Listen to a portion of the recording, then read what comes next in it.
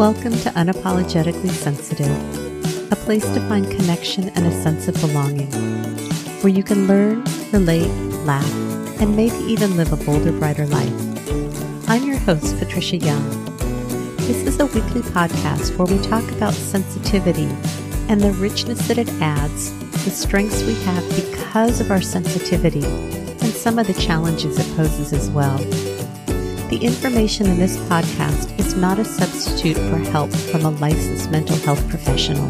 Hey there. To the creatives, healers, sensitives, and deep thinkers, welcome. I'm really glad you're here. This is part 2 with Marcus Stricklin.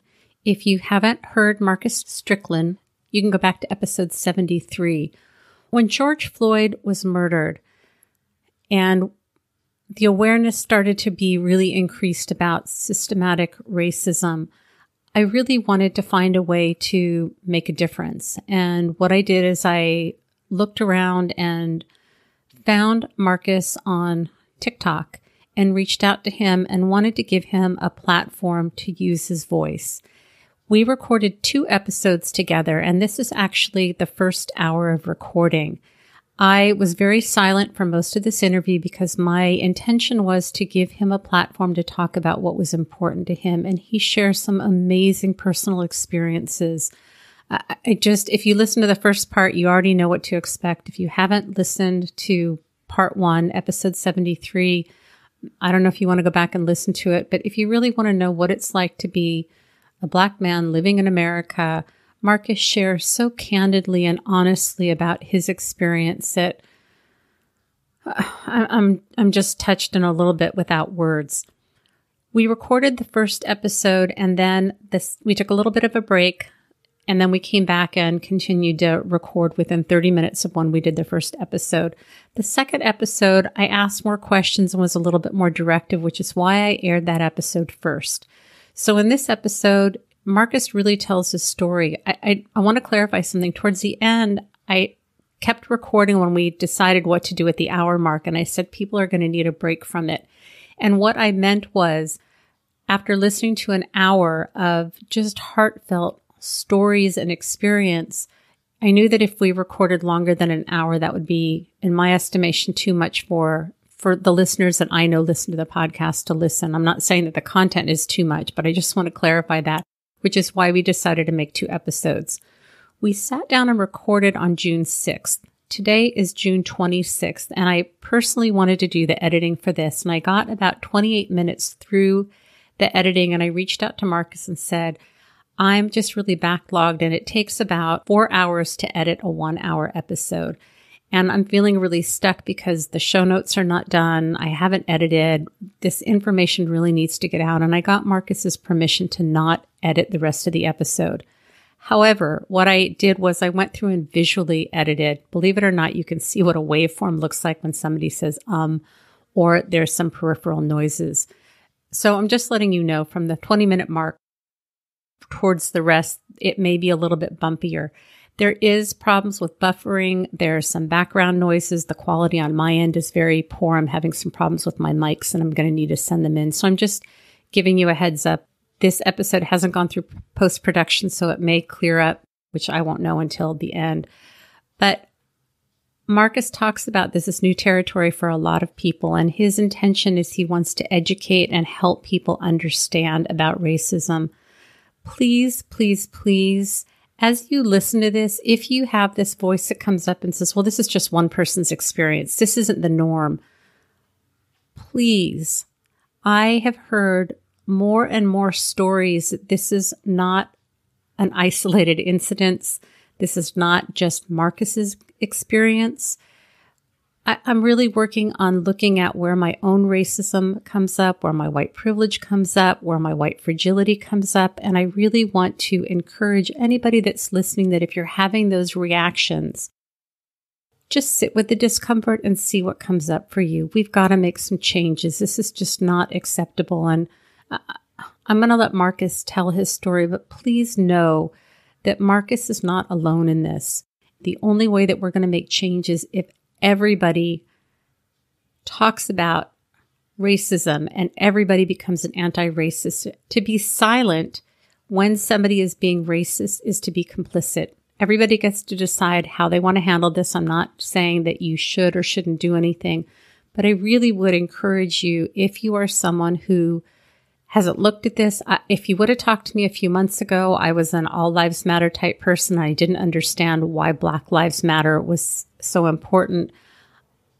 In being a person with privilege, I'm just beginning to see where racism is showing up for me. And my hope is that you will have an open heart and an open mind as you listen to this and know this is happening all over America.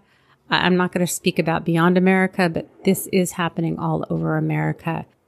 So thank you for being here. Thank you, Marcus, for sharing your experience. And it's interesting. I reached out to Marcus maybe a week after the episode came out just to check in.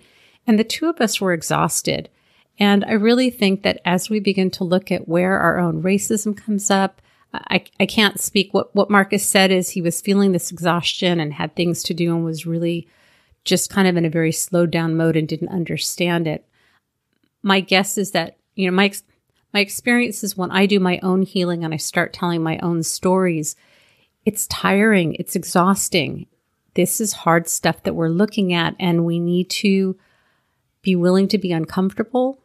When we need to take a break, for those of us that, don't have the color of our skin isn't something that we can change. For me, I can go out and not have to worry about the things that Marcus talks about.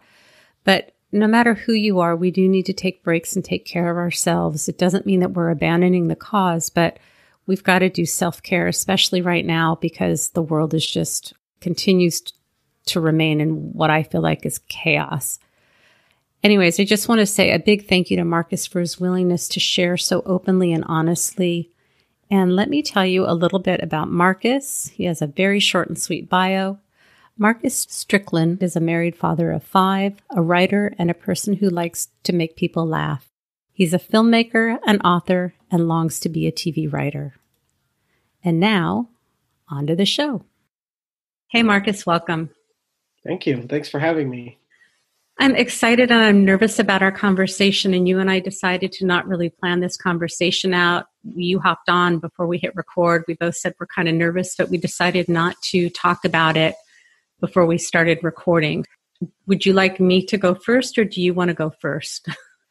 Yeah, you can go first. I think I first want to talk about my intention for this episode is, I feel I don't want to like already the chatter starting, like, don't make this about you. As someone who feels things really, really deeply, what's going on in the world right now, it's really hard to watch. It's really hard to see. And I feel really powerless. And there are certain things that I feel like I'm able to provide support for, and other ways that I'm too frightened. And I feel like if I'm frightened as a white woman with privilege, it's really helping me see where my racism, where my bias, where my own fears are. And if you would have talked to me a year ago, I remember having a conversation with a white therapist about like all lives matter. Like, I don't see color. Like I was that person.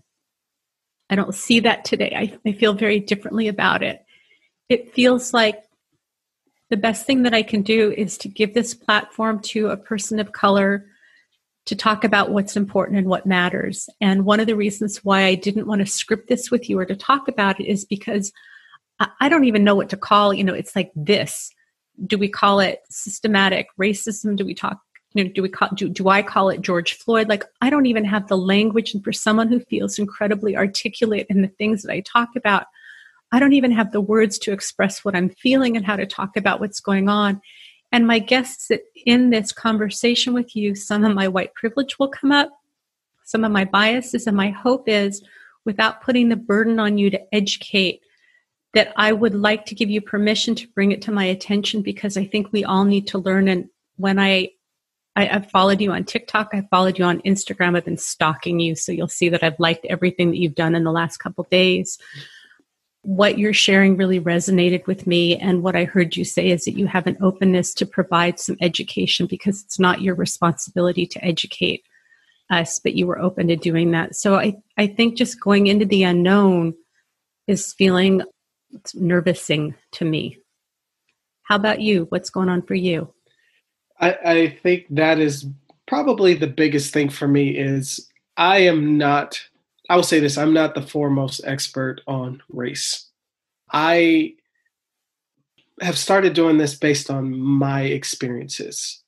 So I can speak to how things are from my perspective and from others' perspectives that I've had, other people of color, not just Black, from their experiences. So for me, it's like my experience is probably a little bit different than another person's, but we all have some shared experiences. And so for me, these videos have been, how do I put this? It's been different because this is not the reason why I joined TikTok. Was not to educate, but to honestly get through quarantine as the world has started to deteriorate a little bit, and as a father of 5, and as if my profile picture on TikTok, if you didn't see it, we are a mixed family. We're a blended family here. So I have a white wife. I have 3 little white daughters. Part of this came from just last Saturday, I'd say my wife and I had some conversations about feeling helpless. And she doesn't, we talk every day. Like, she's my best friend. I have a teenage son, a full Black teenage son, but these are conversations I've had for years with him. He's driving now. So these are conversations I've had with him on how to be in public, how to act, how to just live, if that makes sense. And so my wife is very concerned, right? She was very concerned because this is new territory for a lot of people. And it came about because I was having a conversation with her, and I was like, well, if you're like this and you sleep next to me every night, I can guarantee you there are millions of people who are just like you. And ironically, one of my girl best friends from high school texted me that same night and said she had a lot of questions. And I'm like, you know what I'm going to do? Because I feel you're not alone. And let me preface this by saying, for years, and this was my first TikTok about it, was for years, I've actually heard this. It's not our job to teach white people. It's not our job. That's what I've heard. And I was always like, but why is it not our job? Why is it? Why is it not our job to communicate? Why is it not our job to help educate people? If people really want change, if people are willing to learn, which I know a lot of people have been willing to learn, why is it not our job to educate? And that's how this came about. And in the beginning, I felt really overwhelmed because it's like, what do I do next? What do I say? What do I go? But it's been helpful to a lot of people. From what I understand, I've been getting messages from, all over the country, from people saying, wow, I did not know about the struggle and about these things. But that's how this came about, is I want to help. I am a stay-at-home dad. I take care of 5 kids all the time. I clean, I cook. I am honestly the typical stay-at-home parent. And I've been doing this for 5 years, in between trying to become a TV writer, things like that. And so I have a lot of interaction with all different sorts of races. I've made movies, I've made commercials, I've done all sorts of things. But I feel at this point in time that as the world is currently spinning and on a different axis right now, seemingly, everybody could benefit, even if it's just a small few, even if it's just a handful. I'm not doing it for TikTok likes. I'm not doing it for video views. I've just wanted to educate people and maybe start a dialogue on how we can all move forward together, if that makes sense. So that's why I've been nervous. That's why I was nervous joining. I know that was a long way to get to it, but I've been nervous because this is a different side for me. I'm normally the goofy, make you laugh type of person, not the education teach you something. But I read a lot. I watch a lot of educational things. I have a toddler here and I'm trying to teach him ABCs and all sorts of stuff. So I'm constantly watching and I'm like, what good is all of the stuff that I've learned over the last 40 years now of life and how not only Black people are portrayed in certain situations and how these biases are formed and why these things keep happening. I think it boils down to is why there's no education of people on Black people. If I could be a little bit more blunt, is like people are afraid of the unknown, if that makes sense. Like if I was watching the documentary The 13th this morning on, I'd seen it before, but I was rewatching it this morning, and the if we're being honest, based off of what is in the documentary, the government over the last 100 years, they did a good job of disinformation campaigns and things to frighten people, to give people the perception that Black people are criminals, that Black people are this, Black people are that. And that stigma sticks because it's passed down from generation to generation. Do I hate white people? God, no. I freaking love everybody. I really do. And so when I'm trying to educate people, I try to bring that knowledge of what can I say to help change people's minds. Everything I'm pushing out. There's one book that I pushed out, the White Fragility one. I didn't read that one, but I did consult a lot of people before I included that book in that recommendations list and everyone, before I even asked for when I asked for book recommendations, that was number one. I've since ordered it off Amazon since I pushed it out, but just for transparency, I've seen all the stuff on that I, recommended, and all but one book I've read, and I have others to recommend at some point. The thing is, I think that understanding racism, understanding biases is what, and maybe why people think the way they do, is really the only way we're ever going to move forward, because everybody has a prejudice towards something or someone. It's not just, white people don't like Black people. That's actually not the case. I have seen more allies and more people. My wife and I talked to us. I've seen more people, and I don't know what has changed in this country in the last couple of months, but I have seen more people this time than I have ever seen before rally around a cause. And so it's change comes about when everybody recognizes, yes, there is a problem. And I think I see more people seeing that this time around. What did you think of 13th? My son just watched it and recommended it. And so I'm wondering, would you recommend that also as a resource? Absolutely. Okay. I think that so when I was growing up, I grew up, I'm a military brat. So all of my family, everybody in my family, except for me, was born in Los Angeles. So they grew up in both my parents, actually, I will go one step further. Everybody in my family was born in the same hospital in Los Angeles. And that's on both sides of my parents' families and my brothers. I was born in Germany. I was not born in this country. But they all grew up in Los Angeles, and they all lived the life that some of the things that I've heard for decades, like, not confirmed, but a lot of the stuff in that 13th documentary kind of confirms some rumors and murmuring you hear about disinformation campaigns and things that you hope weren't true, like myths that you hope weren't true. I mean, honestly, the documentary was just eye-opening.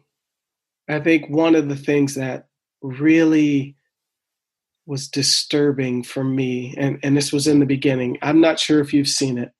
I haven't, but my son just watched it and really wants us to watch it. I highly recommend it. It is very, biases started over a century ago. Like the things that were done in this country, once slavery ended, it became another issue of how can we get people to work on the country? So they would trump up charges against Black people to get them to work, because if you were a criminal, you had no choice but to work. But one of the things that, and I was describing this to my wife because she hadn't seen it, but she's going to watch it, is the Birth of a Nation movie that is so highly touted, like 70 years ago. It was a movie that changed, like it kind of added like it added the criminal label to Black people, which made more people more biased, because it honestly at the time, from what I understand, it was one of the most popular movies in history. Like even the president back then was talking about it, and they talk about it in the documentary.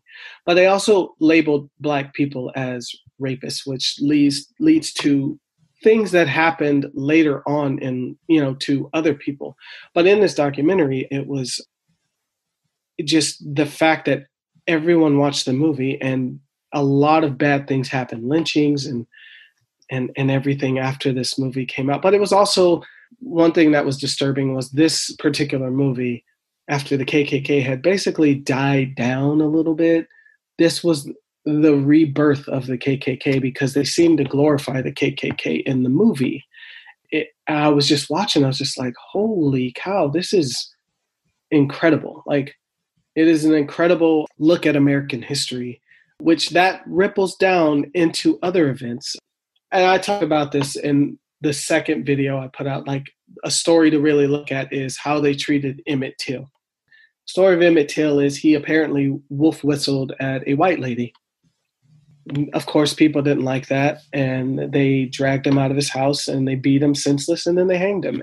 A lot of the history talks about is that is where this came from, is that you're not, the Birth of a Nation was one of the points that a lot of people saw and thought, hey, it's a movie, it must certainly be true. And a lot of that carried down to events that happened later in African American history, which I think it's just played throughout. It's an astonishing documentary. It certainly is one that will just open your eyes to not just certain events, but how it's played into presidencies and crime bills and a lot of the stuff. They even have Newt Gingrich in there, and some of the stuff that he says is just like, wow. Like, I mean, it's a very thoroughly good documentary. It is worth your 2 hours. I would take a break about halfway through, because it is a lot of information that comes at you that is a little bit overwhelming. This morning I stopped because my toddler, for some reason, is on a sleep schedule that is just making me wonder, do you want the rest of us to go crazy? Because he's been getting up at 4:40 and 5 o'clock and 5:30 lately, and I'm an early bird. I get up at really early so I can have a little bit of quiet time before everybody gets up. So I was watching it this morning while should have been writing, but I was not writing. So, but yes, I would definitely highly recommend that documentary. That is one of them that is very eye-opening. Okay, sounds great. I didn't want to direct the interview, but I want to have you share some of the personal stories that you've shared. I think people will resonate with that. Are you okay if we I'm shift fine a little with that. bit? Yeah, no, I'm fine with that. So one of my initial videos that I talked about on TikTok was how, and the comments on it have been overwhelming. People are like, I didn't know this goes on in America today. And actually, I had another story just yesterday, but let me share something. So a couple of the things is, I was young. I moved to Arizona from Alaska. I grew up in Fairbanks, Alaska, for the better part of like 6th, 7th, 8th through high school. I consider that my hometown. Very small community. I'm still very tight with a lot of the people I grew up with there. I wanted to move somewhere warm, because when I was a senior in high school, that year it was like negative 70 degrees for like months, like 3 months. And I'm just like, I want somewhere warm. I don't care where it's at. We pointed at a map, and me and my best friend ended up here. About my first encounter with the police was it was honestly terrifying. And I will say this, I was 22. No, I'm sorry. I was 20. I just purchased my first brand new car. Parents had given me a red Chevy S10 as a high school gift, but that thing had like 180,000 miles on it, and it barely lasted a year after I graduated from high school. And I was working for Alaska Airlines at the time, and I really needed a car to get to and from my house to work. And I was in school, so I actually needed it for multi-purpose use. Well, anyways, I went to buy a new car. I went to buy a Hyundai. I don't know why I chose that. Maybe I should have researched more. Actually, it was not a great car. It was brand new off the lot. It had 12 miles on it. And so I'm leaving the lot. It was late because, as everybody knows, when you go and buy a new car, you can get there at noon and not leave until like 10 because for some reason they take forever. So anyways, I'm driving home. It's thundering and pouring outside. Almost about 2 miles from my house, I'm not driving fast because I'm terrified of, I'm not saying I'm terrified of rain, but just it was flooding. So I was going slow. I stopped at all the stops. I got pulled over. The officer came up to the window and he said, typical stuff, license and registration. And I gave it to him. And then he made me get out of the car. He said, "We just got a report that this car was stolen." And I said, "That's impossible. I just purchased this car. Now, all the paperwork is sitting on the seat, sir. You can see it right there." And I was like, he said something, and I remember saying, well, I didn't have time to, make up this paperwork. Like the timestamp actually says the last paper was stamped at like 9:50. He didn't buy it. It was, absolutely pouring rain. So he grabs me by the shoulders, whips me around, and slams me on the front of the car. And I'm like, what is going on now? He was like, "You are under arrest for suspicion of stealing a car." And I was like, okay, I don't get it. Is this a joke? Like, I'm trying to tell you that all the paperwork is on the seat. So he didn't care. He grabbed me, slapped those handcuffs on, like extremely tight, set me down on a flooded curb. So by now I'm soaked because the water was rising over the curb. I'm sitting on the edge of the curb and in the rain. He went to his car, sat down for 40 minutes at least. And I just remember thinking, like, what is going on? I'm 20. I'm terrified. I'm like, I don't know what to do. Mesa Police Department, I will tell you. And I will say this about Mesa. Me and my wife had this conversation yesterday. Mesa Police Department is what Los Angeles Police Department, all those rumors you heard about Los Angeles Police Department that ultimately became true, that is Mesa Police Department in Arizona. They are a terrible group of people. I say that, but I'm living far away from them now, but that department has some serious issues. So anyways, 40 minutes later, almost an hour later after he pulled me over, by then it was like 11:10. I got pulled over at 10 o'clock. 11:10, he comes back to his car, picks me up, slams me back on the hood, and I'm like, "Okay, are we going down to the station?" And I was like, "No, you're free to go now." I'm like, "Wait, I'm free to go?" He's like, "Yeah, just go." I'm like, "But you had me handcuffed for an hour. Did you verify everything?" I said, "Yeah, just go. I'm like, "I tried to tell you this before, but just go." So I went. I didn't, I had a few other encounters with Mesa Police Department. And I say this, I don't have a record. I don't have anything. I've never been arrested. I've never been charged with a crime. I did have another story but in 40 years, I've never had, I'm gonna knock on wood really quick.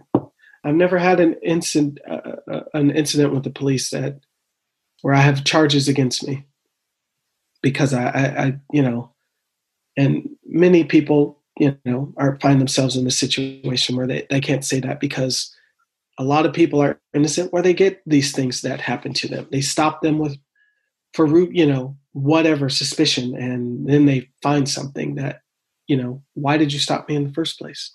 And I have a smart mouth, so Sometimes, like, for instance, another story, a couple years ago, I was in my 30s. I was working for Wells Fargo at the time, and I like to go to work early because I'm an early bird. And plus, I hate traffic, so I don't like sitting in traffic. So the earlier I can get up and go to work, the better off I am. And so I was going to work. I planned on being there at 4:30. I left my house at 4 o'clock. I got probably about a mile down the freeway, and I got pulled over by the highway patrol. And I'm like, what's going on? Then another highway patrol pulled up, and then a fourth. And I'm like, what is going on here? So then they came up and they were like, well, yeah, we need to search your car. I'm like, that is not going to happen. Why do you need to search my car? It's 4 o'clock in the morning. What do you think I'm doing dressed like this? I worked in a Wells Fargo, like a satellite office. I wasn't like dealing with customers, but they still required us to dress up nice just in case our CEO ever stopped by. So I worked in like corporate. I was corporate audit, actually. I did audit for Wells Fargo for like almost 10 years, all throughout my 20s to my early 30s when I quit because I wanted to become a TV writer, which I'm still trying to become. So I was doing corporate audit, not like, I'm talking like corporate real estate audit. So I would do like high-rise, multi-million-dollar buildings, appraisal, like making sure that everything was government legal. They stopped me and I was like, yeah, no, you cannot check my car. I was like, let me tell you something. Dave Chappelle did a bit. One of my favorite bits. He was like, Black people know the law. They know the law. We can recite the law. So nothing you can try against us will work. And I was like, I need to know what your probable cause is of wanting to search my car. And they were like, well, he says to me, well, we're the police. We don't need probable cause. I was like, sir, that is not true. I was like, I have watched every law TV show. I have read many books. I'm very educated, sir. You cannot do this to me. So I was like, what you need to do is you need to get your supervisor on the phone and your 4 officers need to get back in their car because I will not allow you in my car. I will not get out of my car until your supervisor gets here. So he stood there. I rolled my window up. I was like, I can wait. I can be late for work or I just don't have to go in. I actually have the option to work from home. So I can turn my car around once this is over and work from home. And so he waited and he got a supervisor there and they said, yes, we need to search your car. I'm like, I'm still wondering why. You need to give me a probable cause. Do you think there's drugs in here? Did you think I killed somebody? I just need to know why you want to search my car. And they're like, well, we just need your permission. I was like, you do not have my permission. So this went on for about 10 minutes. I was like, look, y'all need to figure something out because you are not getting in this car. I have nothing in here. I have a bag with a computer and that's it. So the conclusion of this story was they did not arrest me. They made me get out of the car, but they couldn't search it. And I was like, you cannot search my car. I physically do not give you do not have probable cause. You have no reason to search my car. They gave me a failure to obey a police officer ticket, which is a felony if I don't pay it. It would have been a felony on my record. So when I went to the courthouse a month later to do this, not only were the cops there, they tried to say that they had suspicion of drug use. And I'm like, I haven't taken drugs ever in my life. So you are full of bull stuff. You're full of it. There's no suspicion. I have no outstanding warrants. You had no probable cause. The ticket that I had to pay in order to leave the courthouse and not have my license suspended was $1,500, of which, as a single father at the time, that is like a lot that I did not have. Like it was costly. So I had to pay half that day, which fortunately I had $750 and whatever. Struggled for like a while to come up with the other, but I had to do a payday loan to get the other half of the money within a week, or else I would have been arrested.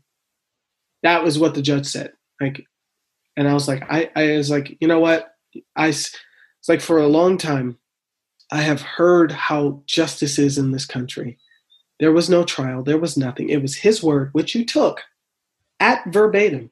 And I had no recourse. I could not call I had no chance to call a witness because it's just me. And so it was disturbing to see that part of the judicial, just how it is. Like I'd heard stories about that, and I was already like super fragile like at that time because it was like about a year after my brother was like murdered, and it was just like things weren't like really good. And so it was already just a rough time. So it was just like, I don't always think about that. Every time I drive by that stretch of freeway downtown, I just kind of think about that like crappy time and just kind of laugh. Like I'm in like such a better place now, but it still goes on. Like a lot of things have happened. And the other story I told in my TikTok, it actually includes my son.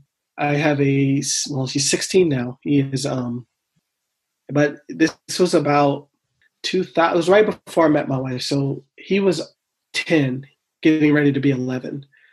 And I lived in this apartments in Peoria, and we were going to QT to get slushies. We get out of the car, and these two cops just roll up. I mean, I'm not sure if you've ever been to a QT, but typically QTs are extremely busy parking lots. Like they are always busy. Is it like a 7-Eleven? It's like, yeah, it's a gas station. Okay. They're very popular in Arizona, and they dart across this parking lot and jump out, and they are jumped out, guns blazing. I'm like, what is happening? And I'd get my son behind me immediately. I'm like, what's going on? And I was like, son, get in the car and get on the floor. I have no idea what's going on. So then the cop said, you need to, while they're holding guns on me, you need to get down on your hands and knees. I'm like, I'm sorry, I need to understand why I'm doing this. First of all, this pavement that you want me to get down on in shorts is 110 degrees outside right now. They didn't care. So I got down on my knees, and I actually still have like what looks like burn marks on my knees from having to get on the pavement. I was down there for maybe about 2 to 3 minutes, but that doesn't matter here. Once the ground gets hot in Arizona, honestly, you've seen those commercials where you could fry an egg. It is that hot on the pavement. I get down on my knees, and they come up to me, and I was like, I'm sorry. I was like, do not touch me. Do not get near me. I need to know what this is about. And he was like, you're a suspect. I'm like, well, that's a lie, because I have been in my house pretty much all summer. I haven't gone anywhere. I work at home. I don't do anything. I don't go anywhere. So they were like, we need your driver's license. I'm like, I have my wallet in my pocket. Pull my wallet. I'm like, I'm going to reach for just the wallet. I don't have any weapons. I'm going to say this out loud. And by now, there's people just standing around watching. And I embarrass easily. So I'm already like sweating. I'm like nervous. I want to cry, but I'm trying to be strong. And I'm like, I just need to know what this is about. And they were like, you're a suspect. Like, we've been looking for you. I'm like, well, yeah, I don't buy that. Whatever. So they come get my ID, and I'm still on the ground. I'm like, this is my ID. I'm going to leave my wallet in my hand.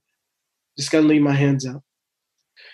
And so it was a few minutes, and then they were like, all right. I see them put their weapons away, and I'm like, okay, cool. I'm going to get up now because you haven't cleared me, but this ground is freaking hot, and I didn't say freaking. By now, I'm belligerent. I'm cussing. I'm like, I need to know what the heck is going on. So then the guy who first pulled up, and he comes over, he's like, no apologies, by the way. None. Zero apologies. He's like, yeah, you look like a suspect we've been looking for. I'm like, yeah, what does the suspect look like? So he shows me a picture, and I'm like, I'm sorry. Do you think I weigh 400 pounds? What do you see here? This man that you're looking for, look at his face. Look at his body. You think that's me? Yeah, I think you guys look alike. I was like, man, I'm going to tell you right now, if you didn't have that gun on, I would beat your butt right now. I was like, you are lucky you have that gun and badge on. I was like, there is no way you think, I just think you guys look alike. And, I'm like, you got me on the ground in 100-degree weather, and you're still insisting that looks like me? That man is like 2 shades darker than me. He's at least 300 pounds more than me. I weigh 185. That man looks like he is easily 450 pounds, and that wasn't a joke. And as he's walking away, he's just saying all this condescending stuff. And I lodged a complaint with the Peoria Police Department. I like immediately. We got our slushies. I went in. And every once in a while, for like a few years after, I saw that I would see him driving in that area. And I just wanted to I'm not a violent person, but man, that just really got me because my son was with me. He was crying. He had no idea what was going on. He's like, what are we doing? I'm like, I don't know. I don't know what to tell you, son. It's like, I've done nothing. I'm not who they think I am. Well, these are repeated traumas. Yeah. And you're powerless, and so I'm having this chatter, like, even as you're talking, I haven't said anything because I want to give you a platform. My tendency is to be empathic. So I just want to verbalize Go for it. All this stuff that's going on internally. And I've had to breathe. Like, my shoulders have been up by my ears. I have a knot in my stomach, like every time that you're telling these stories. And this is not to make it about me, but it's like I have to keep breathing to self-regulate and calm myself. And I'm thinking, how do you manage this? What do you tell yourself when you walk away? And what do you do with that sense of, I would imagine, rage, anger, powerlessness, and you're systematically being traumatized repeatedly with no sense of control? So can I ask you? Sure. Yeah. Where I was going to go was I was going to ask you for a check. Is what I said okay? And then I'm doing this check. Like, am I asking, is it okay that I said what I said? And so you did. It's okay. Okay. Yeah, it's okay. And again, like, I'm really aware of my white fragility, and it's like, how do I navigate this? Because I feel so much and I want this to be about you. And I also want to validate your experience because I can't even imagine. I say this every time, and I know this sounds bad, but every time I leave the house, I think I just have to do the bare minimum to survive to get back here. And I know that might not sound like it's like, I know it might sound like it's like, well, he's overblowing it, but I really feel that I'm not gonna lie, I'm actually terrified of cops. If a cop gets behind me and anybody's in the car, I like fall apart. I was like, just be cool, man. Just be cool. Don't make eye contact. Don't move. Don't do anything. Just be cool, y'all. And eventually they pass by. But like inside, I'm like terrified because I've just had too many encounters with police that have not been pleasant. And like I said, I have a smart mouth. Like I do. Like someone says something to me, like one time a police officer said, 2 occasions, actually several occasions, but I'll give you 2 examples. One time an officer said, good evening, but whatever, do you know why I pulled you over? I'm like, no, that's your job to know. Why did you pull me over? And then another time they say, where are you going? I've been like, I want to say your mom's house, but I actually say this to them because everybody knows me knows I tend to joke. I use jokes to diffuse tension, but I actually said your mom's house, or it's none of your business. I've actually said these things. It's actually, what is where I'm going pertinent to where why does it matter where I'm going? I'm here right now. Another thing that I learned when I moved here, and I've actually asked white people this thing. When I get pulled over by a cop, this is a question I get asked. Do you have any drugs or weapons in the car? I get asked that a lot. Like, first of all, sir, I'm driving a minivan. What do you think is in this car besides children? What do you think? I know white people don't get asked that because I've asked my wife. She's like, no, I don't ever get asked that. I'm like, What is different about me that get asked that question than you? If I had to guess wait a minute, off the top of my head, is it because I'm black? Is that the reason why I get asked that? I'm nodding yes. Yeah, I know. Yeah, yeah. It is. It is a when I've told people that, they like, a lot of white people are like, "What? You get asked that question?" I'm like, that is the first question out of their mouth every time. It's never, "Sir, do you know why I pulled you over?" It's, first of all, I need to ask, "Do you have any drugs or weapons in your car?" And I'm like, "No, I don't. I don't." It bothers me that that is the first question to a person of color, not just blacks. Every person of color I know has a story. That is the first thing that's asked of them in this country. Every time. Yeah. Yeah. I'm going to say this again. As a therapist, every time that you have been pulled over, you have been traumatized. That is trauma. Yeah. And that part that goes like, well, maybe I'm making a big deal when I leave the house. It's like, no, it's a real possibility, and it's a constant threat. And to live with that, again, if I'm overstepping when we started out, and many people of color are saying like, I just don't have the energy to educate. No. It takes enough to survive.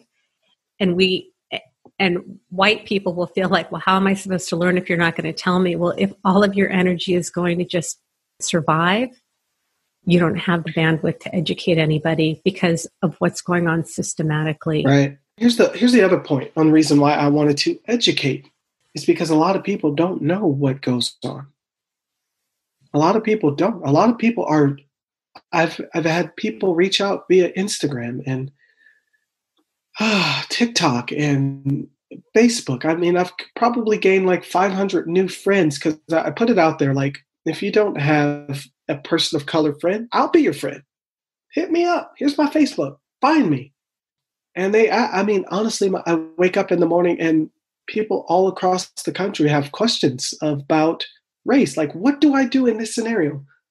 What happens here? Like, but these are things they're experiencing right now, and a lot of them have led to me writing this down. Like, you know what, if you're having this, maybe someone else is having this, I'll do this. But yes, when I do leave the house, I do worry. And I say this, my wife worries too. We have turned on, we have iPhones, so location.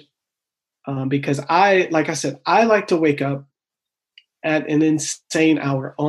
When the gyms were open, I would get up at 2:45 in the morning and go to the gym and work out until 4:00, and then come home right until she gets up to go to the gym. And then we'd have coffee together every day, but we don't go to the gym. But now I get up at, say, 3:45. I was going for a run every day. But I kept my location on shoot just in case anything happened.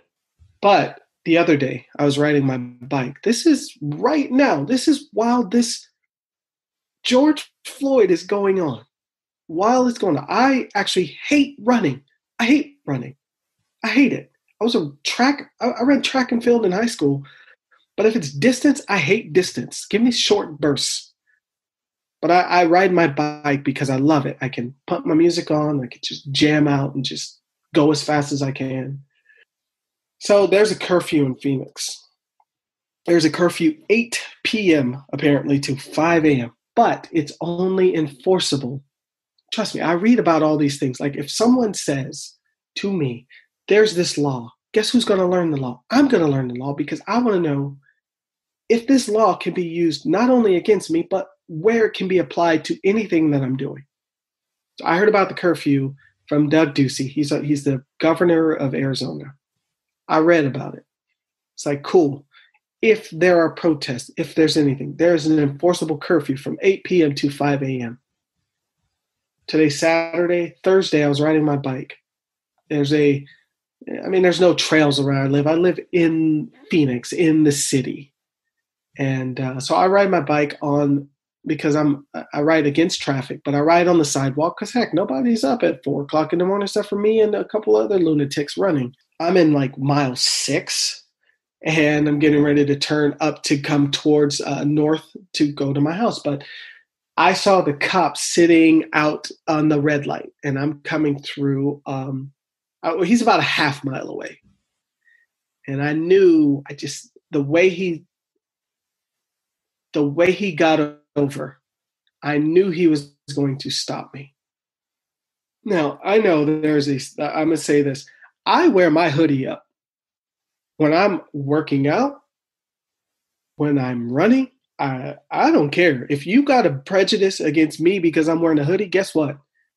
That's your problem. That's not mine. There was a viral story a couple years ago involving me and my hoodie about Planet Fitness. And I can get into that if you want.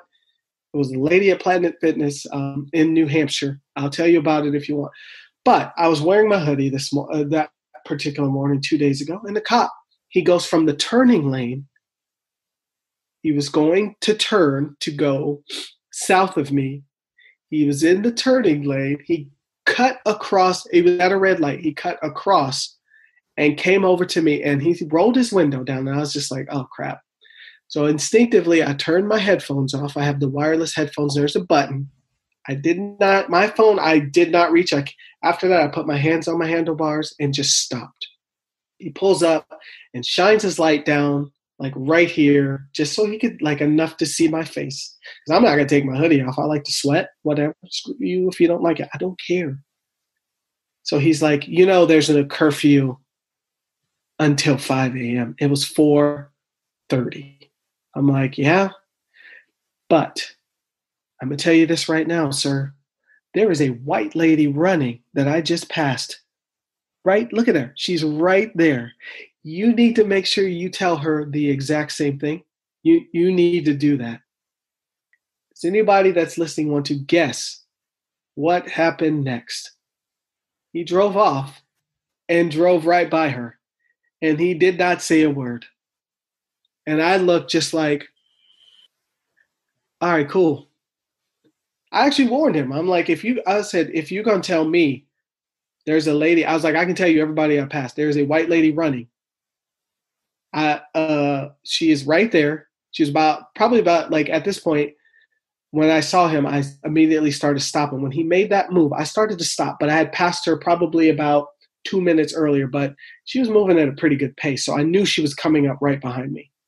And I was like, she's right here. You probably want to tell her the same thing. And he didn't.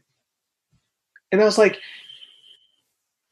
and it bothered me. Like, I was actually like seething. I knew I had like 2 miles left to get home, but I was seething the entire way. And I was really angry. I was like, it is 2020, man. You are letting your prejudices, your biases get, like, you try to ruin my day. But let me tell you something. You're not going to ruin my day. I'm going to be mad now. And then I'm going to go home and I'm going to be calm by the time I get home. And I was calm, but I was still angry. And it makes me angry now knowing that I actually witnessed it, like again, like in real time, just, and then, and I'm going to tell you something that bothers me a lot in this day and age in 2020 and any year before. Our phones obviously are a big part of everyone's life. My phone is always with me, like always. But if I posted on social media, which I did about my Planet Fitness story, and it went viral, it was a big deal. Planet Fitness called me like the corporate. It was huge. But people were like, where's the videotape? Why didn't you videotape it? Let me tell you something. At 4:40 in the morning, 4:30, if I reach in my pocket for any reason, I kept my hands on the handlebars. If I'm reaching anywhere, the next thing that's going to be happening is y'all going to see me as a dead man on the news. I know the realities of the situation. There's no way I was reaching for my phone at any moment. Since he made that move, I didn't move.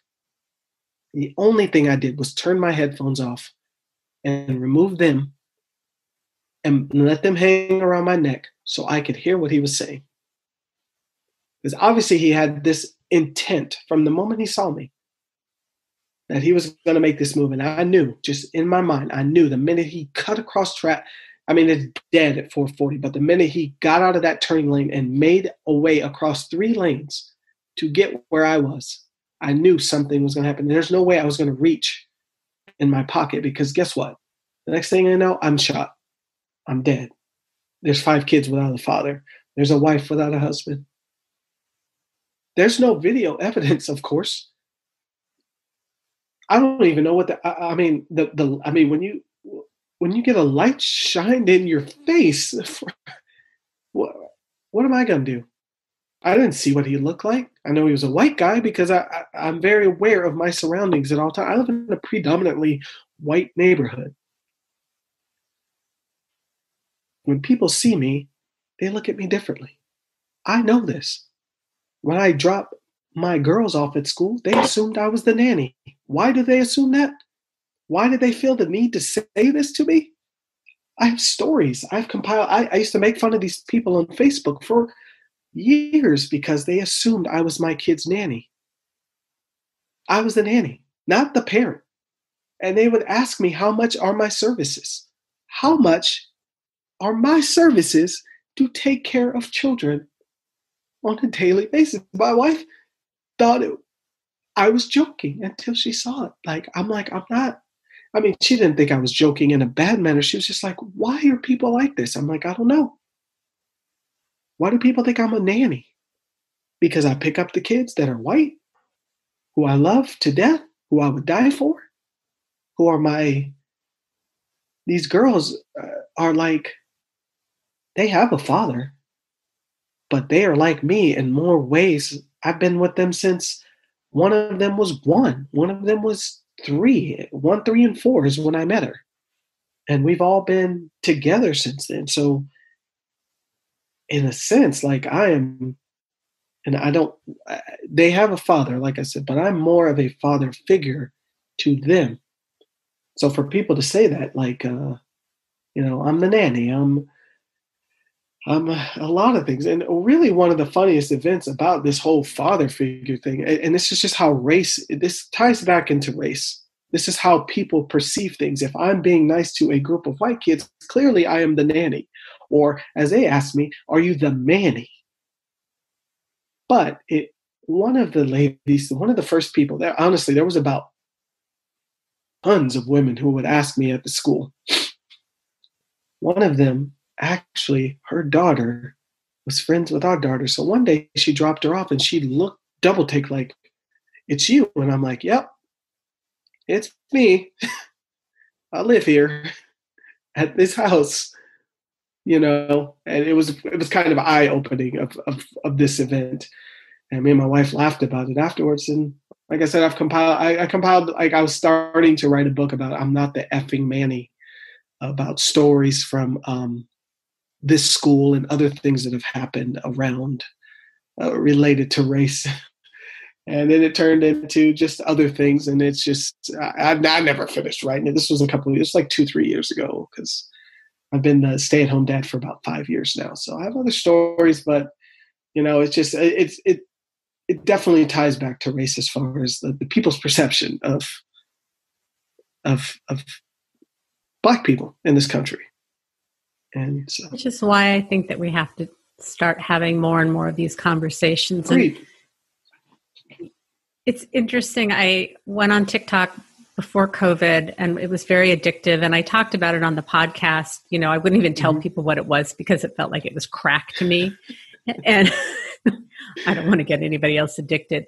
And then during COVID, it really became a place of respite to just escape from the heaviness. And then with the racism that's coming up and the protesting right now, it's not an escape right now because so many people of color are telling their stories very similar to stories that you've told today.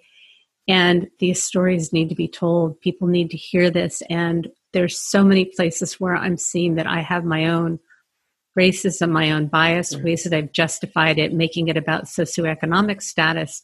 And I'm reluctant to say this, and I'm just going to take a risk here. I was thinking, why did I reach out to you? Because I identify with you. And if I look at people of color, I feel more comfortable with people that reflect my values. Like, I don't know if you're doing code switching. I don't know you well enough to know that, but it's like, it's another level of my racism and my bias. And I hate saying it, but the only thing I know how to do is to name it, because things aren't going to change until we start talking about it. I guess the first thing I want to say is, like, how is it for you hearing that? Honestly, it doesn't bother me. I will say that I think, because I have been fortunate enough to go to, oh God, every state. I've visited every state in this country. I've been to countless countries around the world. We were talking about this the other day. So do you remember Ukraine? The war in Ukraine, 2014-ish? There was there was kind of like a revolution, and they burned the square, and it was Kiev, Ukraine. I was there. Wow. I happened to be there shooting a documentary with Discovery Channel with some dancers. We were doing a dancing show of like 4 dancers. They're like 4 really amazing dancers, and we're all friends still. This was like 6 years ago. And trust me, this is going somewhere. So we were all there, and we were shooting a documentary about dancers. And what the premise of the show is, we would go to different countries. We're like, so for instance, we were in Ukraine, we were in Austria, we were in Germany, we were in Spain, and they had like 4 days to learn the native dance to the country and perform it in front of like huge things, huge event. It was a huge thing, wonderful thing. But it just happened that there was a revolution going on in Ukraine while we were there. And so while we were walking around Ukraine, people would come up to just me. I was the only Black person there. And they want to take pictures. They want to rub my hair. And the point of why I'm telling you is that I'm very comfortable with these things, whereas a lot of Black people are not comfortable with not only having to teach the about Black culture and everything, when a lot of Black people feel that Black culture has already been stripped enough.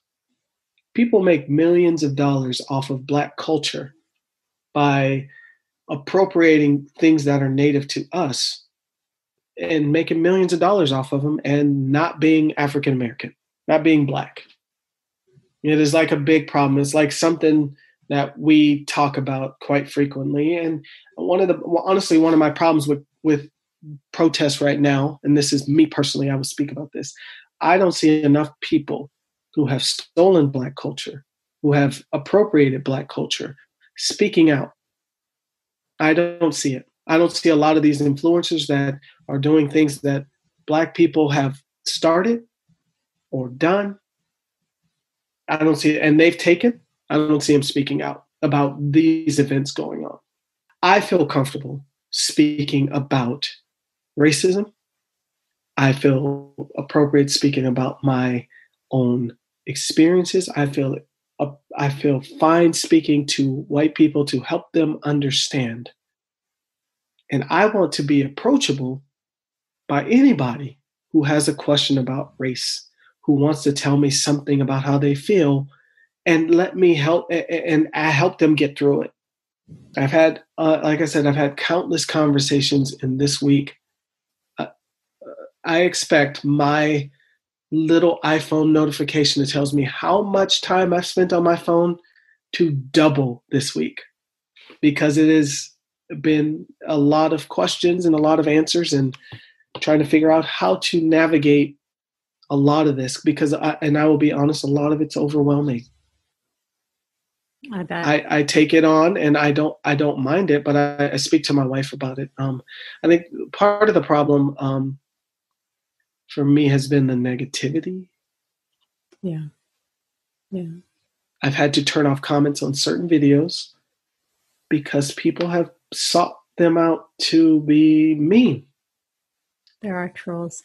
Marcus, I'm looking at the time and I'm feeling torn. So here's what I'm thinking. I know your toddler is sleeping and we have a very short, we have a window of time. Would you be willing to end this call and then come back on and we can continue our discussion? I want to be respectful of your time, but I also, if the episode goes too long, I don't think that's going to work for listeners. Sure. I could do a part 2. This is wonderful, and I think people are going to need a break from it. Sure. Yeah. If you want to, I'm perfectly fine with coming back. I actually enjoyed this a lot. I just looked at the time. I was like, whoa, it has already been an hour. Yeah.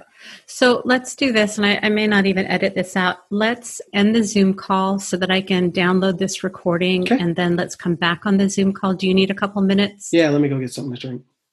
Okay. So take your time, and I'll be here when you come back. All right. Good. Thank you. Bye. Hey again. So I'm curious what you thought. How was that episode? If you want to reach out to Marcus, all of his social media handles are in the show notes. The show notes on this are going to be minimal. Again, I'm really working on done is better than perfect. This information needs to get out into the world. And for me to wait until I can do it perfectly is just going to do a disservice. If you have any reactions to this, please feel free to reach out to me. I'm going to be very clear that I stand by what I say in this episode. I stand by really wanting to look at my white privilege and my white fragility. I want to be an anti-racist. I am not open to debating this with anybody. I'm not going to go there. So I just want to be very clear about where I stand. This is just what I need to do. And I think if you're someone who cares deeply, feels deeply, we want things to be equitable. We've just got to make some changes. So thank you so much for being here today. I really appreciate you. Marcus, thank you so much for being so vulnerable and open and willing to teach us and help us understand. Remember, sensitivity is nothing to apologize for. It's our superpower. Have a blessed day.